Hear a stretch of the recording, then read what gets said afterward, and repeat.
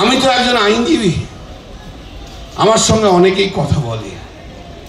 তাদের মধ্যে একজন বলেছে, তাকে যখন অ্যারেস্ট করা হয়েছিল প্রথমের দিকে তাকে বারবার চাপ দিয়ে বলা হয়েছিল, যদি তৃণমূল কংগ্রেসের 1 নম্বর এবং 2 নম্বর লোকের নাম তোমরা যদি বলে দাও, ব্যক্তির নাম, তাহলে তোমাদের জেল থেকে ছেড়ে দেব।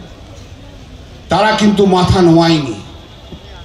সেই ইডি সিবিআই তাদেরকে বলেছিল, কলকাতা হাইকোর্টের একজন প্রাক্তন বিচারপতি যিনি এই মামলা শুনছেন, তাই তিনি ইডি সিবিআই কে চাপ দিয়েছিল, যারা অ্যারেস্ট হয়েছে তাদের মুখ থেকে পশ্চিমবঙ্গ তৃণমূল কংগ্রেসের 1 নম্বর এবং 2 নম্বর ব্যক্তির নাম বলে দাও, তাহলে তাদের ছেড়ে দেবে।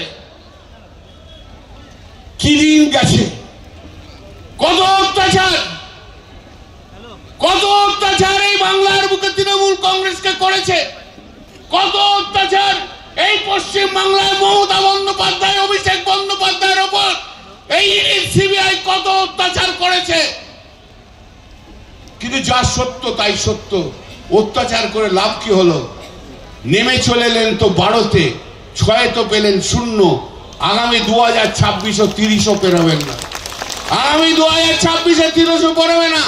এগিয়ে চলুন, একসঙ্গে লড়বো, আমরা একসঙ্গে লড়বো। শুধু বাংলার মানুষ নয়, সারা ভারতবর্ষের মুসলিম সম্প্রদায়ের মানুষকে নিয়ে আগামী দিনে ভারতবর্ষের বুকে মমতা বন্দ্যোপাধ্যায় তার লড়াই জারি রাখবে। জয় হিন্দ, বন্দে মাতরম।